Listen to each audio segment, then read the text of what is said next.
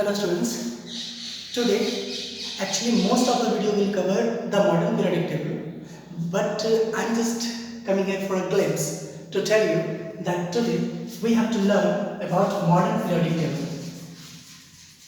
Modern periodic table. The modern periodic table which we generally see all the places in all the books in all the stores, that big one which is also printed in your book is the modern periodic table, which was generally devised by two superior scientists. One was Henry Moseley and the second was Niels Bohr. Okay, so modern periodic table is generally based upon the conception that all the physical and chemical properties of any element is basically the outcome of the atomic number of any element. This is a statement that all the physical and chemical properties of elements are due to its atomic number, which we point by Z. In class 9 we have studied that we represent atomic number with the help of Z. This was given by Sir Henry Moseley.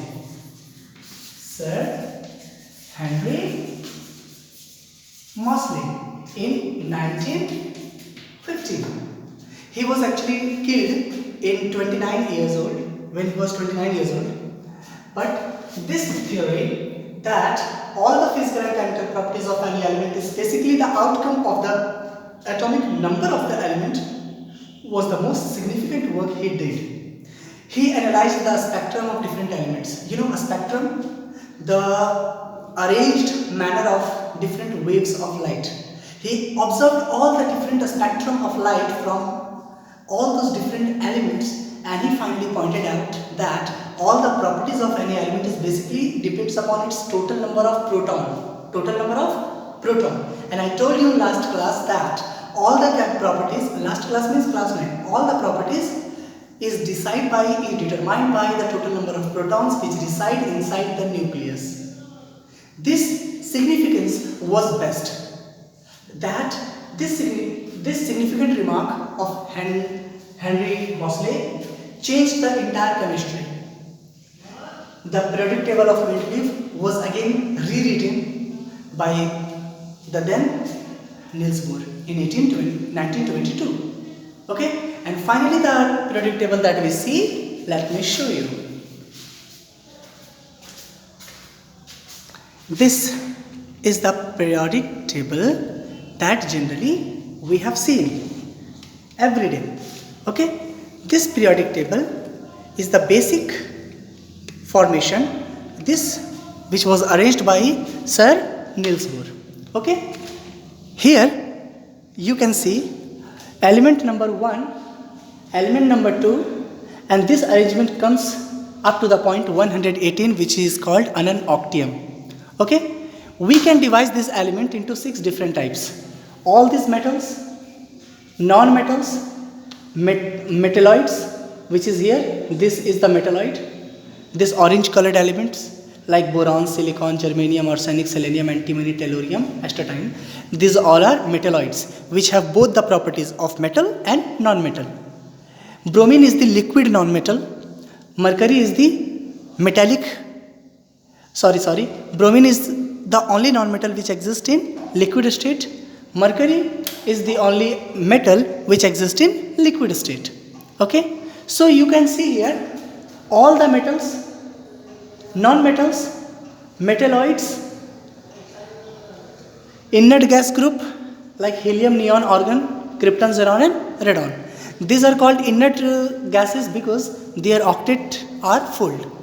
Their octet are completely filled, that's why they don't react easily. Okay, and the F block element and D block element, which we call transition element, this is called alkaline metals, means they generally form alkaline solution like basic solution. They are very reactive, they have one electron in their outermost orbit. As I told you about atomicity, their atomicity is 1, their atomicity is 2.